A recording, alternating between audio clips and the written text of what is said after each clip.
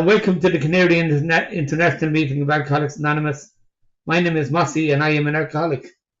And I'm also a co-secretary, and my name is Mick, and I'm an alcoholic. Please join us in a moment's silence to remember why there's still suffering alcoholic, both inside and outside this meeting. And Jane is going to read the preamble for us. Good evening, my name is Jane, I'm an alcoholic. Alcoholics Anonymous is a fellowship of men and women who share their experience, strength and hope with each other that they may solve their common problem and help others to recover from alcoholism.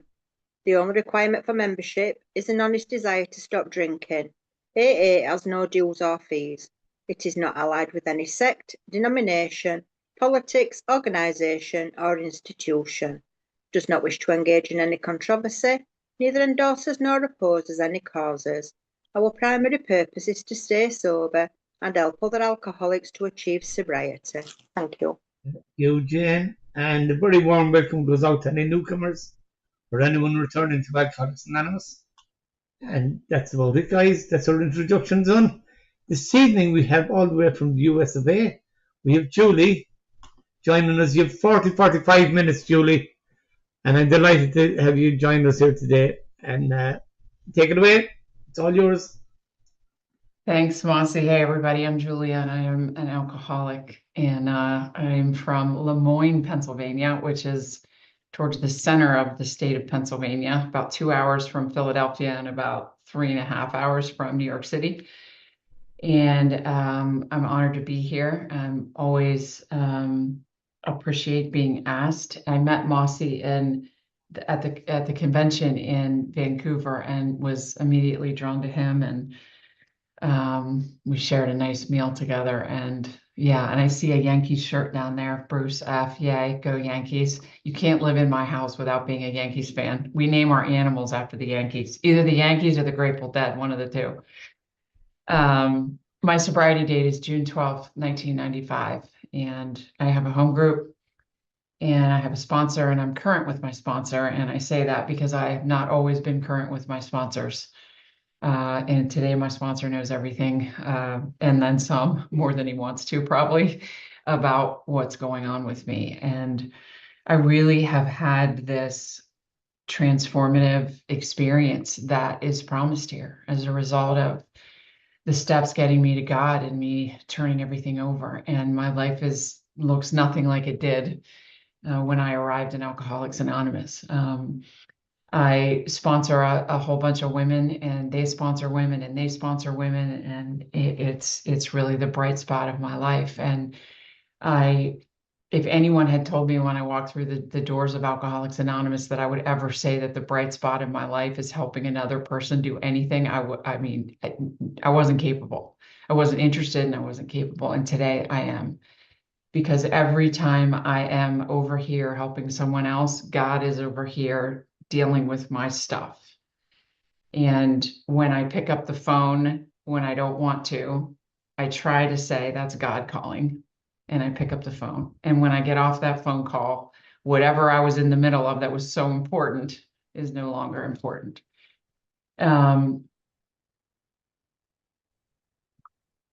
My first drink, I was 14 years old, and I was in a cemetery sitting between two headstones, and that changed my life. And I had a spiritual experience with that can of Old Milwaukee sitting on the gravestone, and I hated the taste, wanted to throw up, but couldn't wait to get more in me. And I was a blackout drinker almost from the beginning. I was not a gradual ramp up alcoholic. I was right out of the gate, and it was my solution for a really long time. I was not comfortable walking around in my own skin, but when I had alcohol in me, I was pretty, I was funny. I could talk to people. I could engage in my life and be comfortable. And I got in trouble, and, I was hanging out with high school friends, and we're all running around getting in trouble. And I just thought it was pretty normal. And I grew up in an alcoholic family, parents in and out of rehab, a lot of violence, all that kind of stuff. I used to blame everything in my life on that. Today, I know that that has nothing to do with why I'm an alcoholic or what has happened to me in the course of my life. So I drank, and then I graduated to hard liquor because the beer just kind of wasn't enough. And then I graduated to outside issues because that wasn't enough. And I needed a way to try to help me keep drinking. And so those outside issues were kind of perfect for me. And I drank most of the time until I passed out or blacked out. And I had a really good time. I barely got into barely graduated high school, barely got into college. I get into college, I immediately get hooked up with the fraternity, and I become a little sister of this fraternity, which, is the number all the way up. I was not interested in drinking with women because they're lame, frankly. That's what I thought at the time. They don't know how to drink. Men know how to drink, so I want to hang out with the boys in the basement of the fraternity house with a beer bong going down my throat. That was my definition of I have arrived. And one night we were I was at a party, and I had a boyfriend, but I was interested in someone else, which was kind of my theme, that just the fact that I had a commitment with anybody didn't mean anything. And I was at this party, and they had this huge trash can of grain punch with the fruit floating around on the top. And I'd never had grain punch, and I thought, definitely want to try this. And I start drinking this grain punch, and my girlfriends decide it's time to leave. There's school the next day, which, I mean, since when has school mattered to me? So they leave. I decide I'm going to stay, and I come to in a blackout, and I'm being gang raped. And I come to, I try to find my clothes on the floor. I run out of that house and onto the street, and I am horrified. I don't even know how many there were. I go to the police. They put me in front of a polygraph machine. The guy says to me before we start, "Are you positive you didn't give consent? Do you remember saying no?" I said, "Who would give consent to this? Nobody would give consent. But did you say no? Do you remember saying no?" I said, "I don't remember." He said, "I think we're done here." So the police and the school were trying to cover it up, and they did. And those men walked away with no punishment, and that skyrocketed my drinking. Fast forward into sobriety. Once I finally was willing to work the steps and do the work to relieve myself of that pain,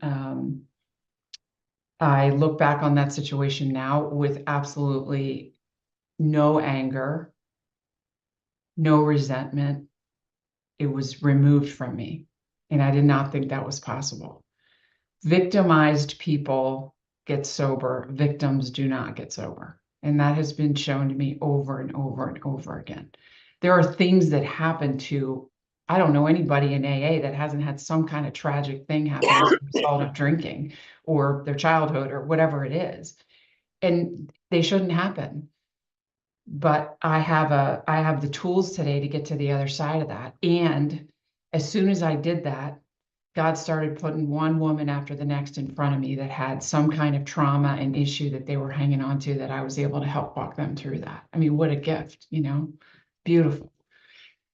So it skyrocketed my drinking. I barely graduate college. My whole life's about, I just barely am keeping it together. I didn't completely lose everything. And my drinking is getting worse, and I'm telling myself I'm not going to drink today. I'm not going to do it. I start my day. I have my plan. I'm going to work. I'm going to show up for my life. I'm going to do it, and I mean it. And then what happens is I get into early afternoon is the wheels start turning, like, I can have one. It wasn't that bad. I can totally manage this. And then I'm off to the races. And then I'm at my drug dealer's house, and then I'm stopping at the state store, and then I'm locking myself in my apartment for days on end. And that's what happened every single time. But because I am not capable of remembering the pain and suffering of yesterday, or last week or last year or whichever situation the alcohol put me in, I'm going to keep picking up a drink because I'm an alcoholic. And I can't stop once I start. And when I'm stopped, I can't stop obsessing about when I can start or how I can start or how it'll be different or how I can manage it.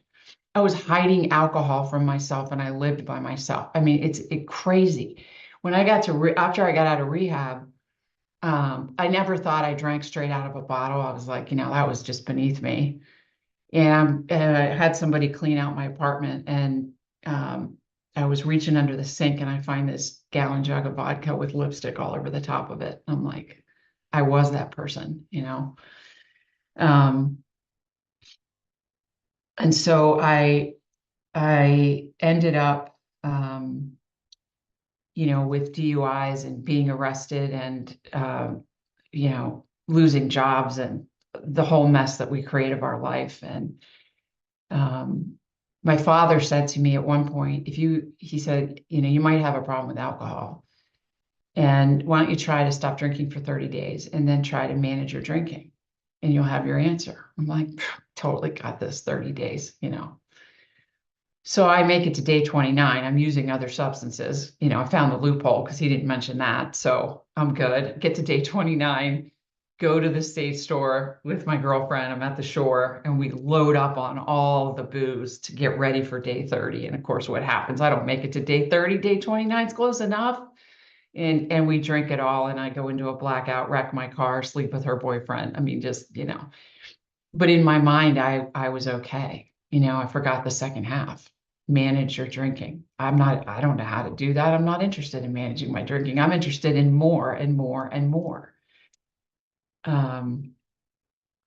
So I had, I wasn't really going to work at this point. I was making excuses every morning for, whoever the next relative was that died and whatever excuse I could come up with. And I came to again in a pile of my own vomit on the couch, and I was done.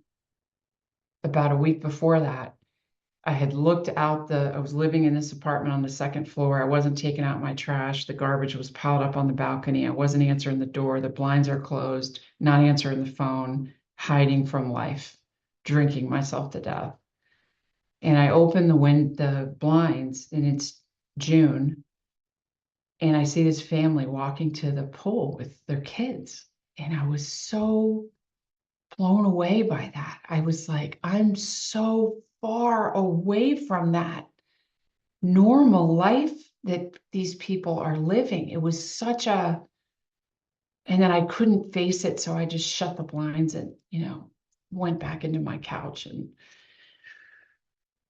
I came to on June 12th and I hit my knees and said, God, help me. And I didn't even believe in God. And it was that little window of grace that we get. That little window that we get if we walk through that. I didn't do anything to deserve that window. Nothing. I was a liar, a thief. I was a horrendous person. I couldn't show up for anyone in my life. And 2 days later, I'm in rehab. And they put me with a heroin addict who's in withdrawal, right? And I'm like, oh my God, like I go to the front desk and I said, look, I made a big mistake. I think I just over exaggerated this whole thing, like, because I'm comparing myself to her. And the nurse says, honey, go back to your room. And thank God I stayed. And I had no intention of stopping drinking. I was there to stop the outside issues and learn how to manage my drinking and drink like a lady, maybe find a man, and maybe I could pay my bills, But I'm not an alcoholic. And by the end of those 30 days, I realized that I was an alcoholic. I am an alcoholic, and that I could never drink again. And what a blow. I did a thorough first step and wrote out all the unmanageability in my life and looked at the powerlessness and looked at the reality of the life that I was living. And I got out of that rehab and was still not going to go to AA. Like, I'm not doing it. I'm not that bad. I can manage it. I got the tools to stay sober. And the problem is I get out of rehab and I open the door of my apartment and walk in and I want to drink more than I've ever wanted to drink in my life. and the obsession is not leaving me. So I go to AA, and I, of course, compare myself to everyone in there. And to me, it's a bunch of old people sitting around a table drinking coffee. I'm 27. This is hell for me. Like, my life's over. Like, this is what my life is supposed to be. And I shared the problem because I didn't have a solution. But I whined and I cried about, my heavy going of life and all of it. And I was so absorbed in self, I couldn't even see straight. And at the time, the meeting I went to anyway was not big book focused, and it wasn't focused on, getting into the steps quickly and that kind of thing, which was fine with me, because I wasn't that interested in it anyway. But yet I had this problem that I could not stop obsessing about drinking. And I went to this lady and I said, what do I do? I'm going to drink. And I knew at that point, if I drink, I'm going to die. I knew that I would not come back in. She said, get on your knees and ask God to keep you sober. And at night, get on your knees and say, thank you for keeping me sober. Just do that. And I did that day after day after day. And then one day, I had 9 months, and I'm driving home. And normally my car wanted to turn right to go to the bar that I was just going to go to happy hour for, that I closed down every time. And I just turned left, and I go home, and I realized I didn't want to turn right to that bar. And the obsession was removed from me. And it has not ever in 30 years returned. And all I did was get on my knees and sit through the ANA meetings that I hated. So I started to believe, okay, step 2, maybe there's something here for me. We finally get to step 4 when I'm 2 years sober, not recommended, by the by. And the directions given to me were write out everything bad you've done in your life. I'm like, okay, awesome. Or, people you're mad at. Great. There was no turnaround. There was no fourth column. There was none of that. And wrote it all out, read it to her. We burned it. It was very ceremonial. I really wish I had that 4-step. I really do. But, and then my sponsor told the worst thing on my inventory to my mother, who had just come into the program. I 12-stepped my mother right around 9 months. And it crushed me. Thank God I stayed in AA. But I decided I wasn't just going to do this without a sponsor, because I can't trust anybody. So I stayed in AA, and I'm not really praying or doing much with, my spiritual life. I'm not working the steps. I don't have a sponsor, but I'm really involved in the fellowship. And it's during this time I meet my husband. As soon as I finally stop looking for a man, I meet the man of my dreams, who we just celebrated 25 years married, and we're sober together, which is unbelievable to me. And I've never cheated on him. He has not cheated on me. And, we have this beautiful life and 2 kids, and beyond my wildest dreams. So I meet Bobby, and we start building this life together, and we get married, and we get a home, and then I get pregnant. And all of a sudden, I think I'm fine, because I'm fellowshipping all over the place, right? And I'm plugged in, right? But that's the only thing I'm doing. I get pregnant, and the fear hits me like a Mack truck. And I am paralyzed by fear about bringing a child into this world, 2 alcoholics coming together. I'm just projecting, oh my God, I can't do this. At this point, I'm running a business. I'm working a lot. I'm like, how do I can't, just all the things. And this woman, Valerie, came into my life through a friend who said, hey, my sponsor's having a big book study this weekend. Will you come? And I said, yeah, I'll come. And she said, bring your big book. Do you know where it is? And I said, I'll look for it. And I had to find it in a box. And I opened it, and there's all these messages in the big book from rehab, like, I love you and you love me. We're going to stay sober forever. And you know how that goes. And I'm the only one that stayed sober. But so we opened the book to the title page. And she started explaining the circle and triangle. And I had no idea what Alcoholics Anonymous was. I didn't get it. And I asked her to sponsor me, and she said, okay, here's the deal. We're going to go through this book page by page, line by line. And when it says pray, we pray. When it says write, we write. When it says go here and do that and clean up your mess, that's what we're going to do. Are you on board? I said, yes. And we worked through the steps very quickly. And I had a life-changing experience with the 12 steps of Alcoholics Anonymous, like nothing I had ever experienced before. And all of a sudden I'm sponsoring women, and all of a sudden I'm praying and meditating, and all of a sudden I'm turning things over and very quickly doing the amends. And, I thought I'd stole so much. I was so in debt and had taken so much money when I got here. And a lot of the stores I stole from were closed. So I was like, I don't need to make amends to those places. She goes, oh no, yeah, you do. We got to put that money back into the universe somehow. And we figured out how to do that. And a couple years ago, I was at the shore, and I would go to the beach every summer. And one of the things I would do is go into stores and try on clothes and then put on my regular clothes I came in with on top, steal them. And I see this store that I thought was closed, Pete Smith's surf shop. And I go, oh my God, it's open. I'm like, but I already gave the money back. Okay, what does Alcoholics Anonymous tell me to do? The next right thing. What's the next right thing? I walk into the store, I find the owner, I tell him what I did 25 years ago. He looks at me like he doesn't even know what to say. And I hand him $200. And I don't say this out of ego. I say this out of it's a direct result of getting plugged in with God and getting plugged in spiritually and hearing what I'm supposed to hear when I hear it. We had Jacob, who's now 22, and Jackson, who is 17 and a junior in high school. And my kids have never seen me take a drink. And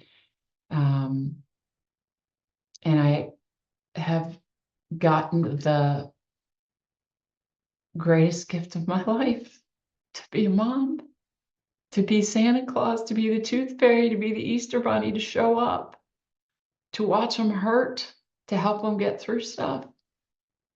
I mean, I never wanted this. I never wanted to be married. I didn't want the obligation. I didn't want the hassles. Definitely didn't want kids.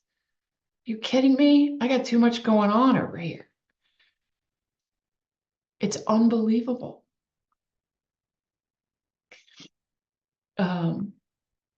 6 years ago, I came home from a trip and found my son in his room, almost overdosed.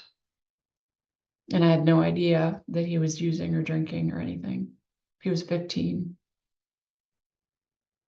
And that started, trips to psych wards and padded rooms and outpatient, and that doesn't work. And then eventually inpatient, and then eventually a sober living house. He was away from us for 9 months, which is what he needed. And this was during COVID, and I couldn't see him. And another level of fear sets in, and another level of me being powerless sets in, and I'm on the bathroom floor in a fetal position, like screaming to God, don't take him. Take me, take everything. Don't take him. He's not mine anyway. Him, my kids, my husband, my life, my house, my everything is on loan to me. That's the deal. And he had to have his own experience getting sober. And God willing, April 1st, he will celebrate 6 years sober. He went through his senior year in high school and all 4 college years sober. And I kept thinking, how is he doing this? And his program looks nothing like mine, let me tell you. But it's none of my business what his program looks like. He's alive today,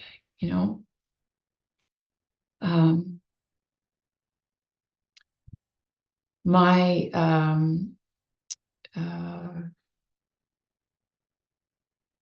feel like I'm leaving so much out. My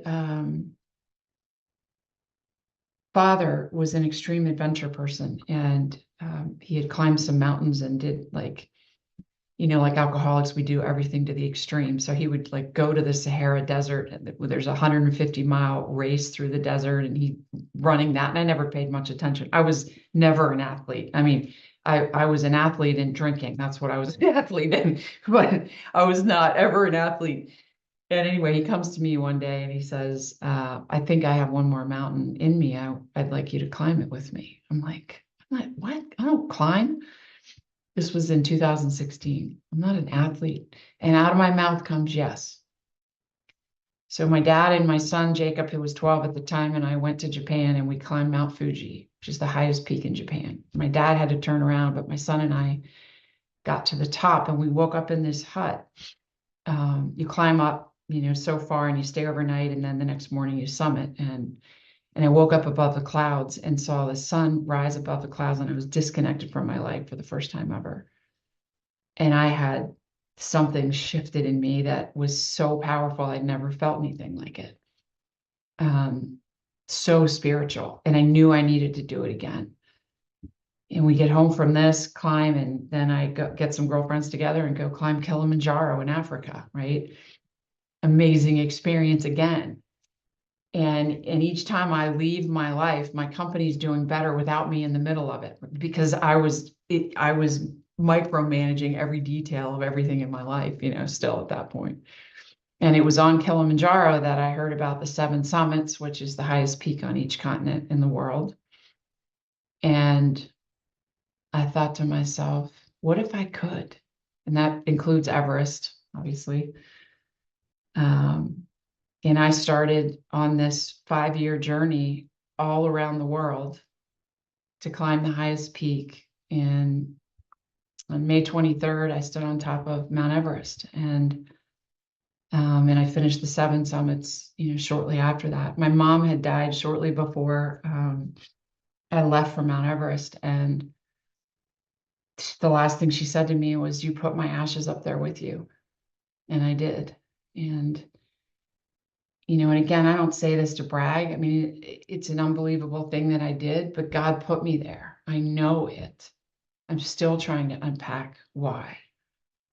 But I know the right people are being put in front of me. The right situations are being put in front of me. The next thing is being put in front of me. And my whole sobriety journey has been about saying yes when I really don't know if I can.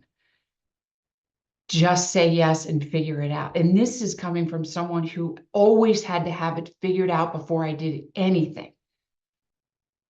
If you tell me the outcome, then I'm on board with it. And what sobriety has taught me is, no, I don't need to know the outcome. The outcome's none of my business. What is my business is to pay attention to the nudges that God is giving me. And I can't hear the nudges unless I've gone through the process of the steps.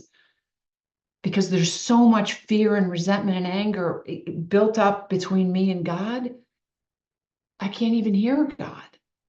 And then once I start not doing this process and sponsoring women and being involved in AA, there's this clear pathway between God and I that's like undeniable. And on summit night on Mount Everest, it was the deadliest season in history. 18 people died on that expedition. And I was over there for 2 months, and I'd gotten sick and had to be rescued down from out of the ice fall, hospitalized in Kathmandu. All this stuff happened, and got better, went back up, and I'm seeing all these dead bodies, and kept going. And I get this nudge that I'm supposed to sell my company and retire. And I was like at least 10 years away from doing that. And I paid attention to it, and I am now retired, and I don't work. And 2 months after I sold the company, my dad got sick. My dad moved here to be closer to me, and he got sick. And now I get to take care of my dad every day. So it's really a gift every day. It's a gift to show up. It's a gift to say yes. I don't get to know the outcome of where this is going.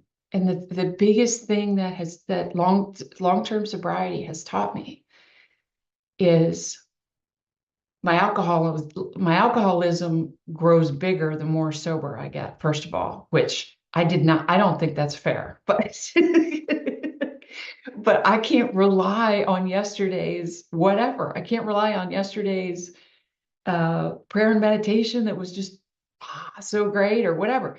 I can't. Every morning I wake up with untreated alcoholism, and every morning there's things that I need to do to stay on the beam.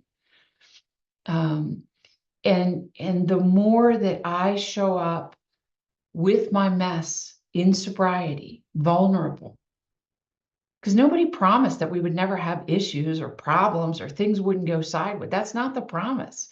The promise is we're given the tools to get through it. But the more I openly share that stuff, and I do, especially with the women I sponsor, they know exactly what's going on with me. I don't hide that from them. I don't pretend that I'm just walking with them. There's nobody better or worse here. I just happen to have more time and more experience walking the path. That's it, you know. The more I show up broken, the more God comes in, and the more I can relate to people can relate to me.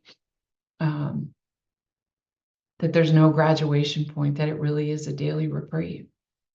And when I wake up in the morning and I ask God to help me pause when agitated or doubtful, and ask him for the right thought or action, and thy will be done, I mean it. Does that mean it lasts all day, all the time? No, it doesn't mean that. But I get back on the beam pretty darn quick today. I can recognize when I'm off the beam a lot faster. I've gone through years in Alcoholics Anonymous where I started sliding off, and my attendance started sliding off, and I was down to one meeting a week and talking to my sponsor occasionally, kind of thing. And I am so lucky that I didn't pick up a drink, because that is what's waiting for us. And alcohol is a subtle foe, whether I'm drinking it or whether I'm not drinking it.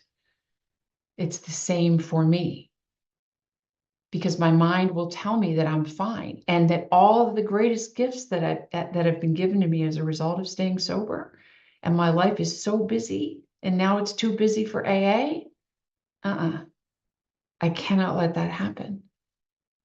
But that's alcoholism telling me, oh God, I got all this stuff going on. Why don't I cut out that, I don't know if anybody else is like me, but I'm being raw and honest with you. And I have been to more funerals in Alcoholics Anonymous than I can count. And people who had decades of sobriety, and they're now gone. And I'm no better or worse than any of them. I know that. I know that it can still get me. I don't walk around with the fear of drinking, because I know if I'm doing what I need to do every day, that desire to stop drinking will stay at bay. I'm not sure what else to say. I feel like I'm short here, but I will read one thing.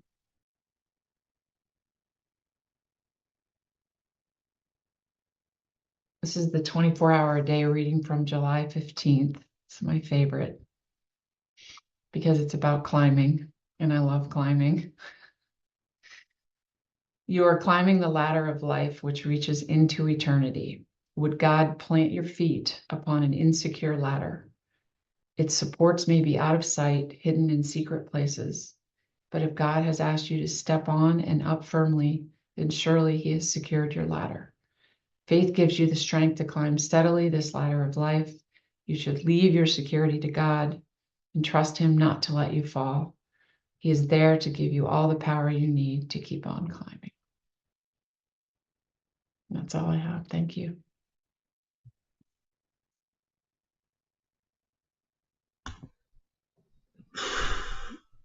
Julie.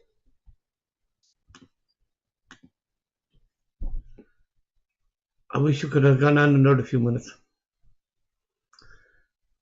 because I'm struggling to speak. That was just an amazing story. right from the start. It's funny how you get the opportunity to make amends. It's funny how your life takes off. Because people like me don't get to live the life that I've led. That's the thing. It doesn't happen. I don't know how I still don't know how it's happening, because I haven't got the money to do the things I do, but I do it. I struggled my whole life with friendship growing up and trust. There was nobody in this world that I could trust, nobody. So all my stuff I was locked inside my own head. And it's not a good place to be, I'll tell you, inside my head. And coming into this fellowship and finding out what trust is and what love is, and being able to open up, and the more I tell people about me, the more they seem to like me. You know, your story really just blew me out of the water.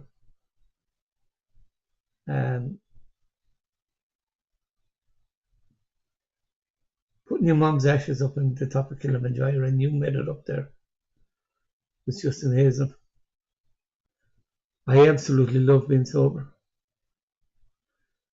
I love what Alcoholics Anonymous has done for me and for my family. I identified with so much of your stuff.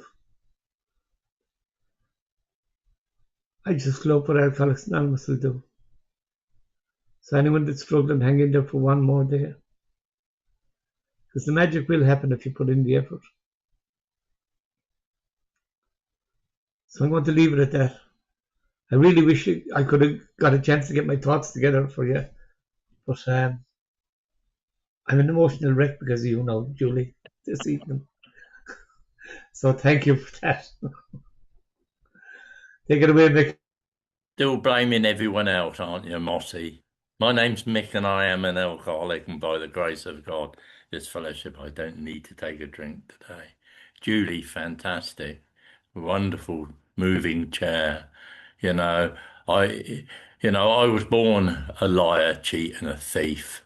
And I grew up, and I took a drink and it changed my life. It took all the fears, everything away from me. I felt like you shared a decent person. I got married when I was drinking and that. And I promised my wife that I'd stop. I joined Alcoholics Anonymous because I ended up in such a state. And I promised my wife that I'd stop drinking. And I was walking along at work because I worked in a brewery, and I was sucking on a bottle, saying to myself, "You promised, you shouldn't do this. You promised, you promised." And I was beaten, and I lost my wife through alcohol, and the children. They did come back when, and I'd been in AA 5 months. But I didn't know the difference between accepting and admitting. And when I did get, I was put away in a padded cell, stuff like that. And I planned to drink even after that. And the planning went wrong. The man upstairs stepped in. Planning went wrong. I ended up back in AA. Well, I'd never left AA, but I ended up in this meeting, and I've never needed to take a drink since, by the grace of God in this fellowship, And you said about gifts, in recovery, my wife joined Al-Anon when I joined AA, and she was 40 years in Al-Anon when she died. She had cancer, and you people taught me how to look after somebody. The love of this program. We used our programs for our love to grow, and she became my soulmate in the end. And I looked after her. And you say about the ashes, she said to me about her ashes and that, and I said I'd see to it, plant them for her down in the place we used to go to. And then she said it's too far. I said, we go up there. We're too far for me to go. And she said, another place. And I said, I'll do that. And then she said, I might be lonely. And I said, I'll tell you what I'll do. I'll mix our ashes, I'll get our ashes mixed together, and we'll go together over the bluebell, spread over the bluebell. And that's what's going to happen. You know, the life Alcoholics Anonymous has given me is beyond my wildest dreams. And all I need to do is share my secrets, come to meetings, help another, and try to practice this program the best that I can on a daily basis. And look at me now, eh? Wonderful, isn't it? You know, I'm not wonderful, but my life's wonderful. You know, just before we started, I had my daughter, she's looking after my dog because I've got to nip into hospital Monday. And she came in, saw me with my grandson. You know, we're that close now through this fellowship. She'd never seen me take a drink. She's never seen me take a drink. Lucky person, aren't I? And all I have to do is help another person, come to meetings and share and show my love. I love everyone today. You know, might like some people, but I love them. You know, and coming to these meetings, we're very lucky people. You know, all we do is talk together and manage to stay sober. God bless you, Julie. God bless everyone on here. We've come to the end of the meeting, and the promises will be read by Kathy. If we are painstaking about this phase of our development, we will be amazed before we are halfway through. We are going to know a new freedom and a new happiness.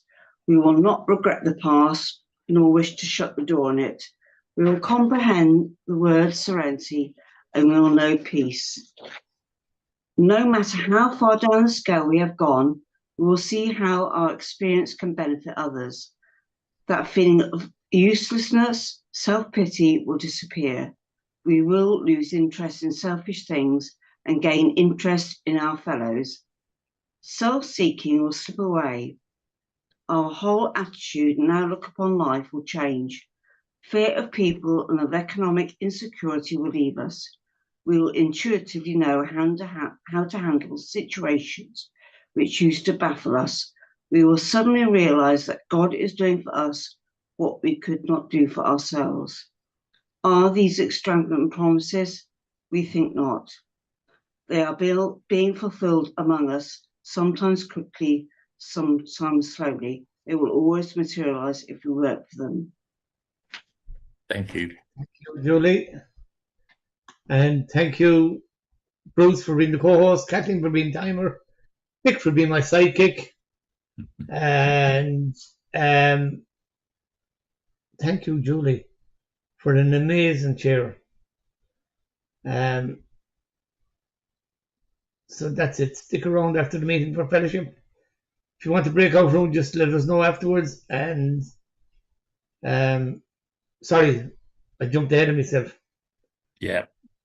A reminder that we have a meeting on at 7 days a week at 8:30 a.m. UK time. We also have a lunchtime meeting every Sunday at 1 p.m. at the moment, but it will be moving to 6:30 UK time. This is a meditation meeting. We also have our meeting Thursday evening at 7:30, and of course our roll timer is every Saturday at 6:30 or 6 o'clock, which is recorded for our archives. I'm missing part of the script here, but we have the yellow card. Who you see here? What you hear here, When you leave here, let it stay here. and chat will be enabled as we close the meeting with this friendly prayer with the mics open. And Julie, will you lead us out? Again, thanks so much for joining us. Yeah. An amazing chair. I won't take a drink tonight anyway, and thank you for that. And if you lead us out with this friendly prayer, love. God, Grant me the serenity to accept the things I That can. can change. Courage to Courage to change change the things that I can, and the wisdom to know